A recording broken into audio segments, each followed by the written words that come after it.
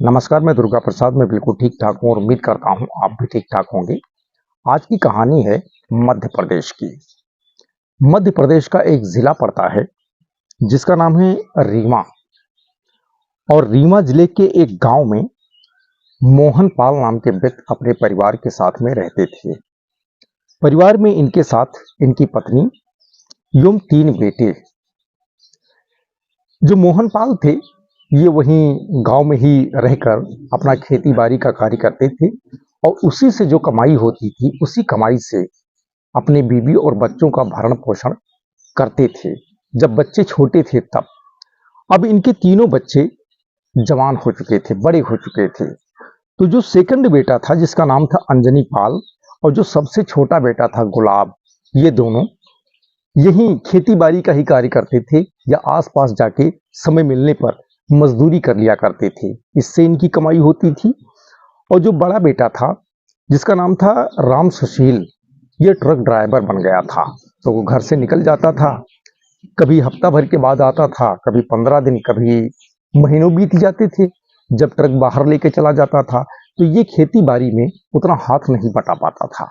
और 2 बेटों की शादी भी हो चुकी थी, राम सुशील और अंजनी पाल की शादी हो चुकी थी। और जो छोटा बेटा था गुलाब, इसकी शादी नहीं हुई थी। 2 बेटों की शादी के बाद में मोहन पाल के घर में 3 पार्ट हो गए थे। एक पार्ट में राम सुशील अपनी बीवी बच्चों को लेकर रहता था और दूसरे पार्ट में अंजनी पाल अपनी बीवी बच्चों को साथ में लेकर रहता था। गुलाब की शादी नहीं हुई थी तो ये अपने माता पिता के साथ में रहता था। यानी एक घर में 3 पार्ट हो गए थे। तो जो राम सुशील था, जैसे बताया, ट्रक ड्राइवर था। तो बाहर जब ये जाता था तो तरह तरह के लोगों के साथ इसका पाला पड़ता था। तो ये लती हो गया था, शराब पीने लगा था और इसकी आदतें कुछ बिगड़ चुकी थीं। जब भी घर पर ये आता था शराब पीकर आता था, माता पिता के साथ में झगड़ा विवाद करता था। जो 2 भाई थे अंजनी पाल और गुलाब, इनके साथ भी झगड़ा विवाद मारपीट करता था, जिससे माता पिता और दोनों भाई ये लोग बहुत ज्यादा परेशान हो चुके थे। और इसी के साथ साथ इनके एक चाचा थे, रामपति नाम था, और रामपति के 2 बेटे थे, सूरज और गुड्डू। इनके साथ भी जो राम सुशील था ये समय समय पर झगड़ा विवाद करता रहता था। तो चाचा रामपति और दोनों बेटे सूरज और गुड्डू ये भी राम सुशील से नफरत करने लगे थे। और जो इनके दोनों सगे भाई थे अंजनी पाल और गुलाब, ये भी नफरत करने लगे थे राम सुशील से। बातचीत इन लोगों के बीच में नहीं थी। और जो मोहन पाल थे पिता, इनके साथ भी विवाद रहता था। लेकिन जो माता पिता होते हैं, बेटा कितना भी गड़बड़ हो, संतान कितना भी गड़बड़ हो, लेकिन चाहकर भी वो कुछ कर नहीं पाते हैं। माफ करने के अलावा उनके पास दूसरा चारा नहीं होता है। तो मोहन पाल और उनकी पत्नी ज्यादा कुछ कर नहीं पाते थे। जब भी राम सुशील काम से वापस आता था तो उससे बातचीत करते थे। अब राम सुशील की जो पत्नी थी, जब ये बाहर चला जाता था तो वो घर पर ही रहती थी। और राम सुशील का जो है सिर्फ अपने भाई, चाचा, माता पिता, चाचा के बेटे, इन्हीं के साथ नहीं, आस पड़ोस में जो रहने वाले जो पड़ोसी होते हैं उनके साथ भी नहीं पड़ती थी। और इसी के साथ साथ शराब के नशे में जब यह आता था तो अपनी पत्नी के साथ भी गलत व्यवहार करता था, झगड़ा विवाद करना, गाली गलौज करना, मारपीट करना। अब इसी प्रकार से समय धीरे धीरे आगे बढ़ता गया। राम सुशील की शादी को करीब 8 साल बीत गए और इस 8 साल में इनके 2 बच्चे भी हो गए, एक बेटा एक बेटी। लेकिन इस 8 साल के बीच में पत्नी इतना ज्यादा उत्पीड़ित हो जाती हैं कि वो मौत को गले लगा लेती हैं, यानी आत्महत्या कर लेती हैं, उनकी मौत हो जाती है। अब जो राम सुशील था, इसको किसी की कोई परवाह नहीं थी। पत्नी के खत्म हो जाने के बाद भी इसे कोई गम नहीं था। लेकिन जो पिता थे मोहन पाल, माँ और जो आसपास के लोग थे, नातेदार रिश्तेदार थे, इनको राम सुशील की चिंता नहीं थी। लेकिन अब इनके जो 2 बच्चे हो गए थे, एक बेटा एक बेटी, माँ रही नहीं, पिता का ये हाल था। अब उन दोनों बच्चों की परवरिश की चिंता बाकी लोगों को सताने लगी। तो जो जान पहचान के लोग थे, जैसे बताया नातेदार रिश्तेदार, ये लोग मोहन पाल को सुझाव देते हैं। कहते हैं कि ऐसा है भैया, बेटे के मुंह मत लगो, बेटे की बात तक मत जाओ, किसी तरीके से कहीं बातचीत करके इसकी दूसरी शादी करवा दो। अगर शादी हो जाएगी, दूसरी पत्नी आएगी, तो हो सकता है कि इतना सब कुछ होने के बाद राम सुशील अब सुधर जाए और इसी के साथ साथ में दूसरी पत्नी आ जाएंगी तो दो छोटे छोटे बच्चे हैं, राम सुशील घर पे नहीं रहेगा तो कम से कम उसकी परवरिश करेंगी, क्योंकि राम सुशील बच्चों की परवरिश भी ठीक से नहीं कर पाएगा, सब कुछ तुम्हें ही करना पड़ेगा। जब लोग सुझाव देते हैं तो मोहन पाल लोगों की बात को मान लेते हैं और राम सुशील के लिए किसी ऐसी लड़की की तलाश में जुट जाते हैं जो इसके योग्य हो, क्योंकि ये शादीशुदा था, पत्नी खत्म हो चुकी थी, दो बच्चे थे, तो इनको लगता है कि कोई ऐसी महिला जो विधवा हो या उसका भी पति के साथ अलगाव हो गया हो, अगर ऐसी कोई लड़की मिलती है उसके साथ शादी हो जाए तो ज्यादा बेहतर रहेगा। अब ये पता लगाने लगते हैं तो उत्तर प्रदेश का एक जिला पड़ता है जिसका नाम है मिर्जापुर। मिर्जापुर में एक लड़की मिल जाती है जो दूर के रिलेटिव की होती है। महिला का नाम होता है रंजना पाल। रंजना पाल की भी शादी हो चुकी थी और इसके दो बेटे थे, लेकिन पति के साथ इसका भी विवाद होता था, तो ये आकर अपने मायके में रहने लगी थी, पति से अलगाव हो चुका था इनका। तो यह भी चाहती थी, रंजना पाल भी चाहती थी कि अगर इसी के योग्य अगर कोई आदमी मिल जाता है तो उसके साथ अगर शादी कर लेते हैं तो बच्ची जिंदगी ठीक ठाक तरीके से बीतने लगेगी, अच्छे से बीत जाएगी, ये भी सोच रही थी और इसी प्रकार के किसी व्यक्ति की तलाश कर रही थी। जब इसके पास में मोहन पाल का संदेशा आया और राम सुशील के बारे में इसको जानकारी हुई तो रंजना पाल सहसा तैयार हो जाती है।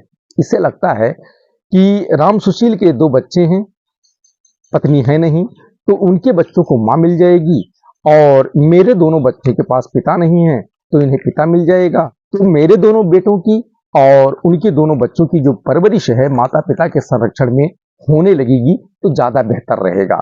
यही सोचकर रंजना पाल हाँ बोल देती हैं और उसके बाद रंजना पाल और राम सुशील दोनों के जो परिवार होते हैं, दोनों की सहमति से, राम सुशील और रंजना पाल की सहमति से दोनों की शादी विवाह जो है हो जाता है। उसके बाद रंजना पाल आके रीवा जिले में अपने ससुराल में रहने लगती हैं।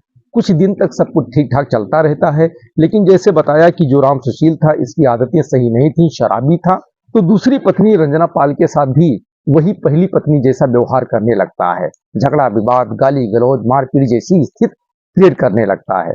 और इसी के साथ साथ में जैसे बताया ट्रक ड्राइवर था तो बाहर जाता था तो हफ्ता 10 दिन 15 दिन महीनों तक वापस नहीं आता था। तो रंजना पाल कोई बुजुर्ग थी नहीं, ये यंग ही थी, भले दो बेटे हो गए थे, तो इसकी कुछ पर्सनल डिमांड भी होती है, हर महिला हो या पुरुष हो पर्सनल डिमांड भी होती है, उसकी भी जरूरत थी। लेकिन जब ये महीनों तक वापस नहीं आता था और जब भी आता था झगड़ा विवाद गाली गलौज करता था तो ये चीज इसे बिल्कुल ही अच्छा नहीं लगता था, बहुत खराब लगता था। तो राम सुशील का जो छोटा भाई था गुलाब, इसकी शादी हुई नहीं थी, जवान ये भी हो चुका था, हट्ठा कट्ठा था। अब राम सुशील जब बाहर चले जाते हैं और महीनों तक वापस नहीं आते हैं तो गुलाब अपनी भाभी रंजना पाल का ख्याल रखने लगता है। भले गुलाब का अपने भाई के साथ नहीं पड़ती थी, लेकिन भाभी का जो है ख्याल रखने लगता है। और जब ये भाभी का ख्याल रखने लगता है तो जो भाभी होती है अंजना पाल, इनका झुकाव भी देवर की तरफ होने लगता है। शादी उसकी हुई नहीं थी और जैसे बताया कि कुछ पर्सनल डिमांड भी होती हैं हर किसी की, इनके साथ भी ऐसा ही था। कुछ दिन में ही देवर भाभी के बीच में अवैध संबंध हो जाता है और ये संबंध धीरे धीरे आगे बढ़ने लगता है। लोगों की नजरों से बचते बचाते काफी दिन तक जो है संबंध आगे बढ़ता रहता है, किसी को कानों कान इसकी जानकारी नहीं होती है, लेकिन इस प्रकार के संबंध ज्यादा दिन तक छुप भी नहीं पाते हैं। इनके साथ भी ऐसा ही हुआ, एक दिन इसका खुलासा हो जाता है और ये जानकारी जो मोहन पाल होते हैं इनको हो जाती है। और जब इनको जानकारी होती है तो ये परेशान हो उठते हैं, इन्हें लगता है कि अभी ये मामला परिवार के बीच में है, अगर परिवार से बाहर जाएगा, समाज में जाएगा, नातेदार रिश्तेदारों के बीच में जाएगा तो घर परिवार की बहुत ही निंदा होगी, बहुत ही अपमान का सामना करना पड़ेगा। और इसी के साथ साथ जब परिवार के लोगों को जानकारी हुई तो जो राम सुशील था इसे भी जानकारी हो गई। अब पहले ही पत्नी रंजना पाल के साथ विवाद होता था, मारपीट होती थी, जब पता चला कि छोटे भाई गुलाब के साथ में इसका वैध संबंध है, फिर तो ये ट्रक पे जाना ही बंद कर दिया, घर पर ही रहने लगा, काम धंधा भी नहीं करता था और शराब पी के आता था और नित्य रंजना पाल यानी पत्नी के साथ में मारपीट करना शुरू कर दिया, गाली गलौज करना, झगड़ा विवाद करना, रोज का रोज मारपीट करना। इससे रंजना पाल बहुत ज्यादा उत्पीड़ित हो चुकी थी। अब उसे पति से नफरत हो चुकी थी। और इधर जो गुलाब था, उसकी जो रंजना पाल थी भाभी, ये प्रेमिका बन चुकी थी। भाभी से ये बेहद प्यार करता था। और जब राम सुशील रंजना के साथ मारपीट करता था, ये चीज गुलाब देखता था तो इसकी जान जलती थी, क्योंकि गुलाब की वो प्रेमिका बन चुकी थी। और इसी के साथ साथ जब मोहन पाल को यह पता चला कि गुलाब का संबंध रंजना पाल के साथ में है, बहू के साथ में, यानी उसकी भाभी के साथ में, तो बातचीत करके गुलाब जो छोटा बेटा होता है इसकी शादी करवा देते हैं। इन्हें लगता है कि शादी हो जाएगी, इसकी पत्नी आएगी तो जो भाभी के साथ इसका अवैध संबंध है ये संबंध छूट जाएगा। पर ऐसा होता नहीं है। शादी हो जाती है गुलाब की, और गुलाब की भी पत्नी घर पर आ जाती हैं। तो गुलाब जो होता है, जिस प्रकार से पहले भाभी रंजना पाल पे ये जान छिड़कता था और अपनी सारी कमाई उस पर लुटाता था, वैसे ही लुटाता रहता है।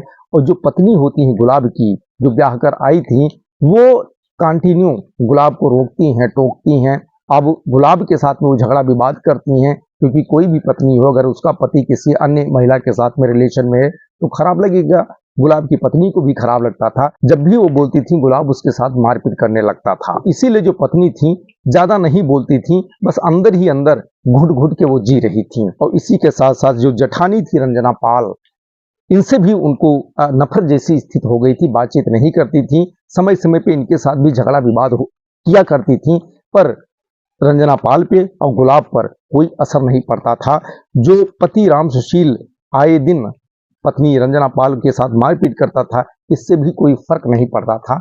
एक दिन की बात है, गुलाब जो है भाभी के पास में जाते हैं और उससे जो राम सुशील उसके साथ आए दिन मारपीट करते हैं इसके बारे में चर्चा करते हैं। तो जो रंजना पाल होती हैं देवर के सामने रोने लगती हैं और अपना दुख व्यक्त करने लगती हैं। इससे गुलाब पहले ही जब देखता था तो इसे खराब लगता था। अब प्रेमिका जब सामने आंसू गिरा देती है तो इसके तन बदन में आग लग जाती है।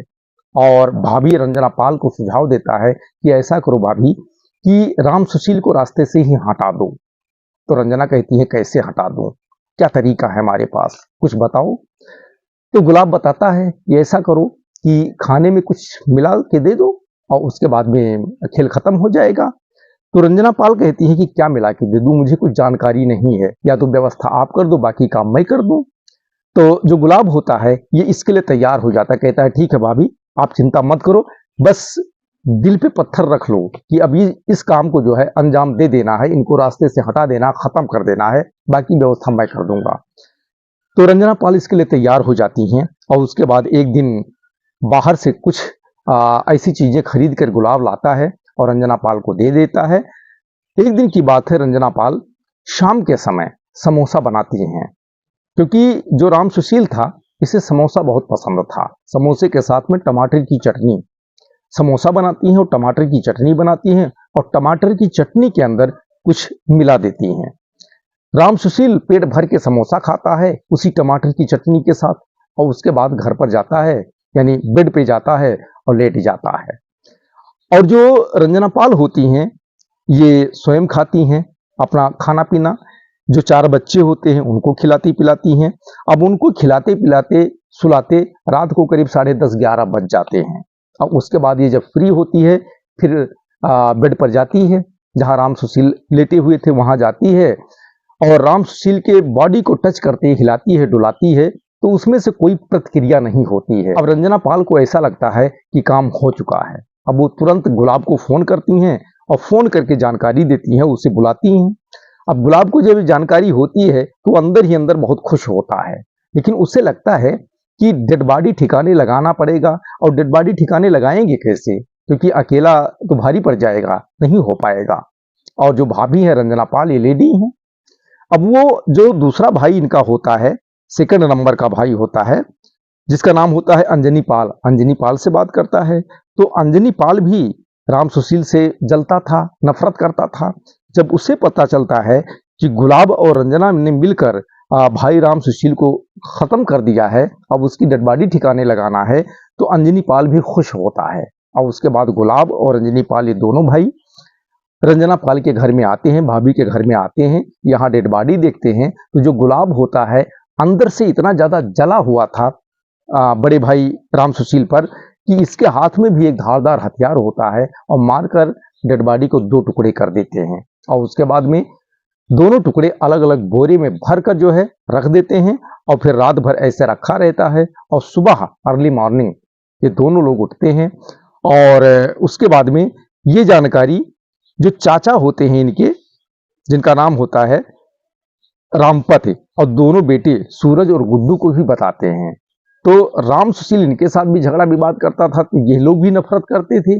जब उनको जानकारी होती है कि ये तीनों लोग मिलकर राम सुशील का कत्ल कर चुके हैं, तो वो भी अंदर ही अंदर खुश होते हैं और डेड बॉडी को ठिकाने लगाने में वो सहयोग करने के लिए तैयार हो जाते हैं। और उसके बाद में अर्ली मॉर्निंग ये सब इकट्ठा होकर और राम सुशील की डेड बॉडी के जो दोनों टुकड़े होते, दोनों बोरी होती है, उठाते हैं और वहां से गांव से बाहर निकलते हैं। रामपति का एक खेत होता है, खेत के अंदर घर बना होता है जिसमें कुछ जैसे भूसा वगैरह रखा जाता है, खेती से संबंधित कुछ इंस्ट्रूमेंट रखा जाता है, इसके लिए लोग बना के रखते हैं। तो वहां लेकर जाते हैं और भूसे के अंदर दोनों बोरी रख देते हैं और उसके बाद वहां से लौट आते हैं और अपने काम में लग जाते हैं जैसे कुछ हुआ ही ना हो। इधर 1 दिन 2 दिन करीब हफ्ता दिन 15 दिन करीब बीत जाता है और राम सुशील किसी को दिखाई नहीं देता है। तो जो मोहन पाल उनकी पत्नी होती है ये भी पूछते हैं रंजना पाल से, तो रंजना पाल यही बताती हैं कि वो काम पर चले गए हैं और 15 दिन हो गया है, वापस नहीं आए हैं। इस बार बोले हैं कि उनको कहीं लंबे टूर पर जाना है, तो वो 1-1.5 महीना बाद लौटेंगे। ये बात रंजना पाल बता देती है। तो जो माता पिता होते हैं ये भी मान जाते हैं, एग्री हो जाते हैं और जो आस पड़ोस के लोग पूछते हैं वो भी एग्री हो जाते हैं, क्योंकि राम सुशील पहले भी जा चुका था बाहर और जाता रहता था। कभी हफ्ता दिन, कभी 10 दिन, कभी 15 दिन, कभी महीनों बीत जाते थे, तब वो वापस आता था। तो रंजना पाल की बात को जो है लोग मान लेते हैं। उसके बाद अपने अपने काम में सब लग जाते हैं और उसके बाद 1 महीना, 2 महीना, 3 महीना ऐसे बीतते बीतते बीतते बीतते करीब 17 महीना बीत जाता है और राम सुशील लौट कर नहीं आता है। और उसकी डेड बॉडी के दोनों जो पार्ट होते हैं वो रामपति के जो भूसा था, भूसे में रखे थे, उसी में छुपा रहता है। अब 17 महीना बीतने के बाद में भूसा खत्म होने लगता है। तब जो रामपति होते हैं इनको लगता है भूसा अगर खत्म हो जाएगा तो आज नहीं कल डेड बॉडी किसी न किसी को पता चल ही जाएगी, क्योंकि उसमें से दुर्गंध आएगा और दुर्गंध जैसे आएगा आसपास के लोगों को जानकारी हो जाएगी। तो रामपति जो है गुलाब और रंजनी पाल और जो दोनों बेटे इनके होते हैं सूरज और गुड्डू, इन पर दबाव बनाते हैं कि डेड बॉडी भूसा के घर में से निकाल कर कहीं इसको ठिकाने लगाओ जल्द से जल्द, नहीं तो मैं पुलिस को फोन करके पुलिस को सारी बात बता के तुम लोगों को पकड़वा दूंगा। जब रामपति ये बात बोलते हैं तो गुलाब और ये लोग डर जाते हैं और उसके बाद में रात में जो है राम सुशील की डेड बॉडी जिन बोरों में रखी थी दोनों बोरों को निकालते हैं और वहीं गांव से कुछ ही दूरी पर एक कस्बा होता है, कस्बे में लेके जाते हैं और वहां एक नाला होता है, नाले के पास में एक बोरी एक जगह फेंक देते हैं, दूसरी बोरी वहां से कुछ दूरी पर ले जाके फेंक देते हैं और वहां से लौट आते हैं। इनको लगता है अब किसी को कुछ पता नहीं चलेगा। अब रात के समय फेंके थे, सुबह होती है तो उसमें से जो है दुर्गंध आ रही थी बोरी में से, राहगीर वहां से आ जा रहे थे, सुबह का समय था, तो किसी की नजर उस बोरी पे पड़ जाती है और उस बोरी में से ही दुर्गंध आ रही थी। तो कुछ लोग जो है पुलिस को सूचना देते हैं और सूचना पाकर वहां पर पुलिस पहुंचती है और पुलिस की टीम जब उस बोरे को खोलती है तो उसमें मानव अंग मिलता है और उसके बाद में ये खबर कुछ ही देर में आसपास फैल जाती है और देखते ही देखते पूरे शहर में ये खबर फैल जाती है कि फला जगह पर एक डेड बॉडी मिली है। अब जो वहां पर पुलिस टीम होती है वो जिले के जो आला अधिकारी होते हैं उनको सूचना देते हैं। सूचना पाकर जो आला अधिकारी होते हैं वो भी दल बल के साथ फॉरेंसिक टीम लेके घटना स्थल पर पहुंचते हैं। तो वहां बॉडी का एक पार्ट ही होता है, तो पुलिस को लगता है कि अगर बॉडी का एक पार्ट यहाँ है तो दूसरा पार्ट भी आसपास में ही कहीं होगा। अब पुलिस टीम बॉडी के दूसरे पार्ट को जो है तलाश में लग जाती है। तो वहां से कुछ ही दूर पर एक दूसरी बोरी भी पुलिस को दिखाई देती है और जब उस बोरी को खोला जाता है तो इसी डेड बॉडी का दूसरा पार्ट भी उसमें होता है। उसके बाद जो फॉरेंसिक टीम होती है साक्ष्य संकलन करती है और पुलिस मौके पे बारीकी से मुआयना करती है और उसके बाद में डेड बॉडी का शिनाख्त करने का प्रयास करते हैं, लेकिन तत्काल शिनाख्त नहीं हो पाती है। उसके बाद जो कागजी कार्रवाई होती है स्थानीय स्तर पर करने के बाद डेड बॉडी को ले जाके मोर्चरी में रखवा देते हैं और उसके बाद पुलिस जांच पड़ताल में जुट जाती है। लेकिन जब तक डेड बॉडी की शिनाख्त नहीं हो जाती है तब तक जांच पड़ताल आगे बढ़ा पाना पुलिस के लिए मुश्किल हो जाता है। अब पुलिस के लिए सबसे बड़ी जरूरत थी कि डेड बॉडी का शिनाख्त किया जाए।